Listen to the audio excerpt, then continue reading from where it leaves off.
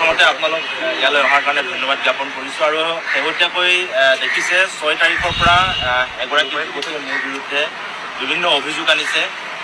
মই প্ৰথমতে এই অভিযোগখিনি অনাৰ পাছত সামাজিক মাধ্যমত ছাত্ৰ সন্থাৰ সাধাৰণ সম্পাদক হিচাপে সামাজিক মাধ্যমত মানুহে যিখিনি কথা কৈছে বা সামাজিকভাৱে মোৰ যিখিনি ক্ষতি হৈছে সেইখিনি ক্ষতিক লৈ মই আচলতে যথেষ্ট চিন্তিত হৈছোঁ। আৰু এইটো সময়ত মই এটা কথা কৈছোঁ যে মই মানসিকভাৱে ভাগি পৰিছোঁ। কাৰণ ছাত্ৰ সন্থাৰ সাধাৰণ সম্পাদক হোৱাৰ পিছতো মই এগৰাকী মানুহ, মোৰ আৱেগ আছে। মোৰ ঘৰত আচলতে অভিভাৱক হিচাপে কেৱল মোৰ মা আছে। মোৰ মা মানসিকভাৱে ভাগি পৰিছে, মই মাক লৈ চিন্তিত। একে সময়তে যিগৰাকী যুৱতীয়ে তেখেতে ভৰ্তি হৈ আছে GMCত, সেই যুৱতীগৰাকীৰ স্বাস্থ্যক লৈ মই চিন্তিত হৈ আছোঁ। আৰু মই মানুহ হিচাপে যথেষ্ট চিন্তিত হৈছোঁ, আৱেগিক হৈছোঁ। আৰু এই গোটেই কথা বতৰাবিলাক মই গম্ভীৰভাৱে লৈছোঁ। আৰু আপোনালোকক স্পষ্টকৈ কওঁ, কাৰণ মই প্ৰতিটো মুহূৰ্ততে সামাজিক ক্ষেত্ৰত হওক, ব্যক্তিগত ক্ষেত্ৰত হওক, মই সদায় যিবিলাক কথা কওঁ সদায় স্পষ্টকৈ ক'বলৈ চেষ্টা কৰোঁ। আৰু আজিও মই যিখিনি কথা ক'ম আপোনালোকক স্পষ্টকৈ ক'ম। আৰু মই প্ৰথমতে মোৰ এই বিপদৰ মুহূৰ্তত মানসিকভাৱে ভাঙি পৰাৰ সময়ত বহু লোকে মোক মানসিকভাৱে সহায় কৰিছে, মানসিকভাৱে মোক সক্ৰিয় হৈ থাকিবৰ কাৰণে, সুস্থ হৈ থাকিবৰ কাৰণে বহুতে মোৰ কাষত থিয় দিছে। মই প্ৰথমতেই সেইসকলক ধন্যবাদ জ্ঞাপন কৰিছোঁ। আৰু যিসকলে ধনাত্মক সমালোচনা কৰিছে সেইসকলকো ধন্যবাদ জ্ঞাপন কৰিছোঁ। আৰু প্ৰথম কথাটো হৈছে যে যিগৰাকী যুৱতীয়ে মোৰ বিৰুদ্ধে অভিযোগ উত্থাপন কৰিছে সেই যুৱতীগৰাকীৰ সৈতে প্ৰেমৰ সম্পৰ্ক থকাটো মই অকপতে স্বীকাৰ কৰোঁ যে এই যুৱতীগৰাকীৰ সৈতে মোৰ প্ৰেমৰ সম্পৰ্ক আছিল। আৰু মই ভাবোঁ প্ৰেমৰ সম্পৰ্ক থকাটো কোনো অপৰাধ নহয়।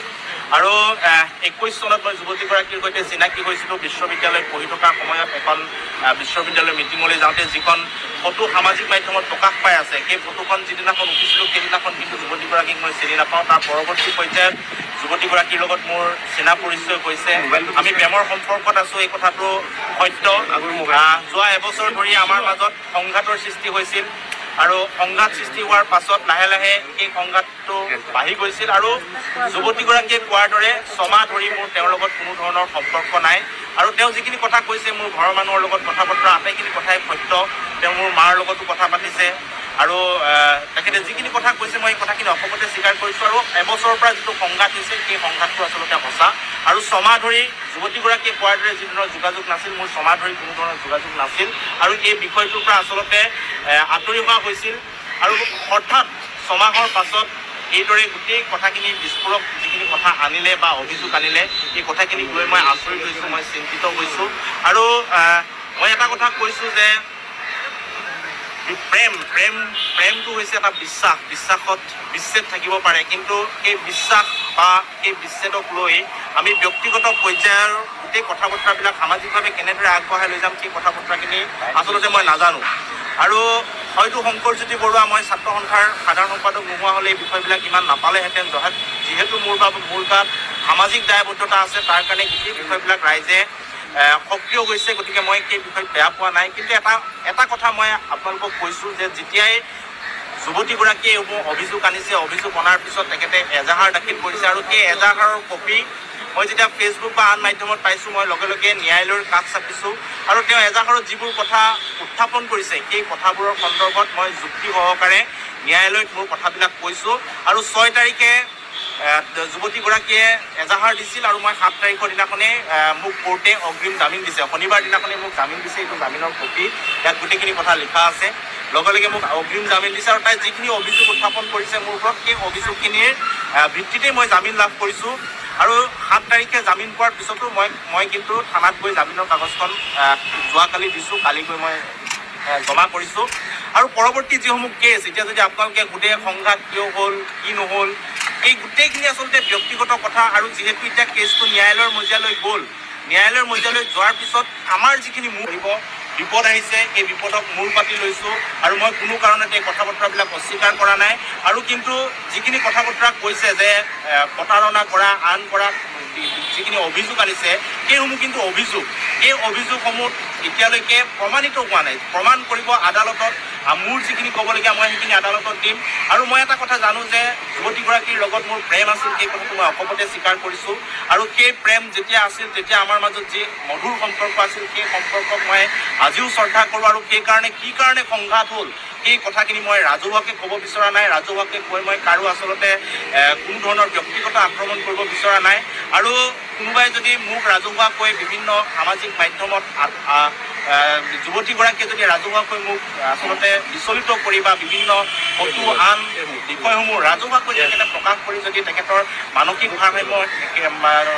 মানসিক পৰিস্থিতি ভাল নহয় বুলি কৈছে, আৰু এই ধৰণৰ কাম কৰিলে যদি মানসিক পৰিস্থিতি ভাল হয় তেতিয়াহ'লে মোৰ তাত আপত্তি নাই। কাৰণ মই এতিয়া ন্যায়ালয়ৰ দ্বাৰস্থ হৈছোঁ, উকিলৰ লগত কথা বতৰা পাতিছোঁ, আইনজ্ঞৰ পৰামৰ্শ লৈছোঁ, ইতিমধ্যে অগ্ৰিম জামিন পাইছোঁ। পৰৱৰ্তী যিসমূহ বিষয়, যিখিনি এভিডেঞ্চ থাকিব, যিখিনি মোৰ কথা বতৰা ক'বলগীয়া থাকিব, সেই কথা বতৰাখিনি মই ন্যায়ালয়ত ক'ম। কাৰণ ৰাজহুৱাকৈ কোৱা কথা বতৰাখিনিয়ে কোৰ্ট অফ কণ্ডেম হ'ব, ন্যায়ালয়ক অৱমাননা কৰা হ'ব। গতিকে মোৰ সকলো তথ্য মই ন্যায়ালয়ত দিম। আৰু যিয়ে আচলতে আইনী প্ৰক্ৰিয়াত যুঁজ দিব বিচাৰে, এই যিসমূহ তথ্য থাকে সেই তথ্যসমূহ ন্যায়ালয়ত দিবৰ কাৰণে ব্যৱস্থা গ্ৰহণ কৰিব লাগে। সামাজিক মাধ্যম বা আন জৰিয়তে মানুহৰ ব্যক্তিগত যি ধৰণৰ আচলতে হানি কৰাৰ চেষ্টা কৰে, এই ধৰণৰ কথা বতৰাবিলাক মই উপযোগী নহয় বুলি ভাবোঁ। গতিকে মোৰ হাতত যিবিলাক তথ্য আছে, মই যিখিনি ক'বলগীয়া আছে, মই সেই কথাখিনি ব্যক্তিগত কথা বতৰাবিলাক মই ৰাজহুৱাকৈ কাৰো আগত নক'ম। সেইখিনি মই ন্যায়ালয়ৰ ওচৰত দ্বাৰস্থ হ'ম, ন্যায়ালয়ক ক'ম। আৰু ন্যায়ালয়ৰ পৰা যি ৰায় আহিব সেই ৰায়ৰ পিছত মোৰ যিখিনি পৰৱৰ্তী পদক্ষেপ, সেই পৰৱৰ্তী পদক্ষেপখিনি মই গ্ৰহণ কৰিম। কালি দিছপুৰ আৰক্ষীয়ে আপোনাক কিবা সুধিছে নেকি? আপুনি হয়, মই কোৰ্টৰ পৰা যেতিয়া বেইল পোৱা যায়, সেই বেইলখন থানাত জমা দি এটা ৰিচিপ্ট কপি আনিব লাগে। আৰু মই সেই ৰিচিপ্ট কপিটো আনিবলৈ গৈছোঁ। আৰু ৰিচিপ্ট কপিটো আনিবলৈ যাওঁতে মোৰ পৰা ষ্টেটমেণ্ট লৈছে গোটেই ঘটনাটোত কি কি ঘটনা সংঘটিত হৈছে। আৰু মই যিখিনি কথা ন্যায়ালয়ত কৈছোঁ অগ্ৰিম জামিনৰ কাৰণে, সেই একেখিনি কথাই মই দিছপুৰ আৰক্ষী থানাত কৈছোঁ। আৰু আৰক্ষী থানাত কোৱাৰ পিছত মোক ৰিচিভ কৰি পেলাই যাবলৈ দিছে। আপুনি কোৱাৰ দৰে শংকৰজ্যোতি বৰুৱা যদি আজি আছুৰ সম্পাদক নহ'লহেঁতেন, হয়তো ইমান বিতৰ্ক নহ'লহেঁতেন। কাৰণ আছুৰ প্ৰতি আৱেগ আছে সকলোৰে। গতিকে এই ক্ষেত্ৰত কি হ'ব এতিয়া স্থিতি? কাৰণ আপোনালোক আছুৱে সকলোতে প্ৰতিবাদ কৰি থাকে যে ন্যায় লাগিব যুৱতী নিৰ্যাতন হ'লে। গতিকে আজি আপোনাৰ বিৰুদ্ধে এনেকুৱা আহিলে, গতিকে কেনেধৰণে কি কৰে? মই কথা কৈছোঁ যে এইটো অভিযোগ বহুতৰে বিৰুদ্ধে আহিব পাৰে। অভিযোগ প্ৰতাৰণা কৰা বা আন কিবা অভিযোগ, বহুতে অভিযোগ দিব পাৰে। আৰু এই অভিযোগসমূহ প্ৰমাণ হ'ব লাগিব। অভিযোগসমূহ বিভিন্ন ব্যক্তি, যদি অভিযোগসমূহ দিয়াৰ লগে লগে যদি তেওঁ দোষী হৈ গ'লেহেঁতেন, তেতিয়া আইন নাথাকিলেহেঁতেন, আদালত নাথাকিলেহেঁতেন, পুলিচ নাথাকিলেহেঁতেন, মৰেল পুলিচিং কৰি বা মানুহে গোটেই ন্যায় দি দিব পাৰিলেহেঁতেন। কাৰণ ফেচবুকত বহুতে ন্যায় দি আছে, কোনোবাই ন্যায়াধীশৰ ভূমিকা পালন কৰিছে। গতিকে অভিযোগ মই কাৰোবাৰ বিৰুদ্ধে অভিযোগ আনিব পাৰোঁ, মোৰ বিৰুদ্ধে কোনোবাই অভিযোগ আনিব পাৰে। অভিযোগ অনাৰ লগে লগে যদি গোটেই কথাটো প্ৰমাণেই হৈ যায়, তেনেহ'লে আইন আদালতৰ কোনো দৰকাৰেই নাথাকিব। যিহেতু অভিযোগ আনিছে, সেই অভিযোগ মই যিখিনি অভিযোগ আনিছে, যিখিনি স্বীকাৰ কৰিব লাগে মই কৰিছোঁ। আৰু যিখিনি মোৰ হাতত তথ্য আছে সেইখিনি মই ন্যায়ালয়ক দিম। ন্যায়ালয়ে যেতিয়া সুদ উত্তৰ দিব, তাৰ পৰৱৰ্তীসমূহ পদক্ষেপসমূহ মই পুনৰ আকৌ গ্ৰহণ কৰিম। আচলতে অভিযোগ এইটো অভিযোগ বিভিন্ন ধৰণৰ দিব পাৰে। পিস্তল দিব পাৰে, বোমা বাৰুদ দিব পাৰে, মই ডিঙি চেপি দিয়া বুলি দিব পাৰে, বিভিন্ন ধৰণৰ দিব পাৰে। যদি এটা কথা আপোনালোকে চাব, কৈছে যে 31 তাৰিখে মই গুলিয়াবলৈ লৈছিলোঁ, পিস্তল লৈছিলোঁ, ডিঙি চেপা দিছিলোঁ, এনেকুৱা ধৰণৰ কথা FIR লিখিছে। 31 মে'ৰ পৰা কেছখন দিছে 6 ছেপ্টেম্বৰত। যিদিনাখন মই পিস্তল লৈ গুলিয়াবলৈ লৈছিলোঁ, সেইদিনাখন হয়তো কাৰোবাক যদি আজি কোনোবা এগৰাকী ব্যক্তিক গুলিয়াবলৈ লওঁ, তেওঁ লগে লগে পলাই থানালৈ যাব নে 3 মাহৰ পিছত তেওঁ থানালৈ যাব? এই প্ৰশ্নটো আচলতে সকলোৱে কৰা উচিত। আৰু মই এইখিনি কথা মই কৈছোঁৱে যে মই এইখিনি কথা কোৰ্টত বা যুক্তিৰে যিখিনি কথা ক'ব লাগে, মই সেইখিনি কথা কোৰ্টত ইতিমধ্যে কৈছোঁ। পিস্তল, বোমা বাৰুদ বিভিন্ন কথা ক'ব পাৰে। এইবিলাক অভিযোগ, সেই অভিযোগবিলাক সত্যতা প্ৰমাণ কৰিব ন্যায়ালয়ে। গতিকে ন্যায়ালয়ৰ ওপৰত মোৰ আস্থা আছে, ভৰসা আছে। ন্যায়ালয়ে যিদৰে অগ্ৰিম জামিন দিছে, গোটেই বিষয়টোত মই জয়ী হ'ম। আৰু জয়ী হোৱাৰ পিছত এই যিবিলাক আচলতে সামাজিকভাৱে মোক বিভিন্ন বিষয়ত যিবিলাক কৰা হৈছে, সেইবিলাকৰ তথ্য মই সংগ্ৰহ কৰিছোঁ। আৰু সকলোৰে ওপৰত তাৰ পৰৱৰ্তী পদক্ষেপসমূহ মই গ্ৰহণ কৰিম।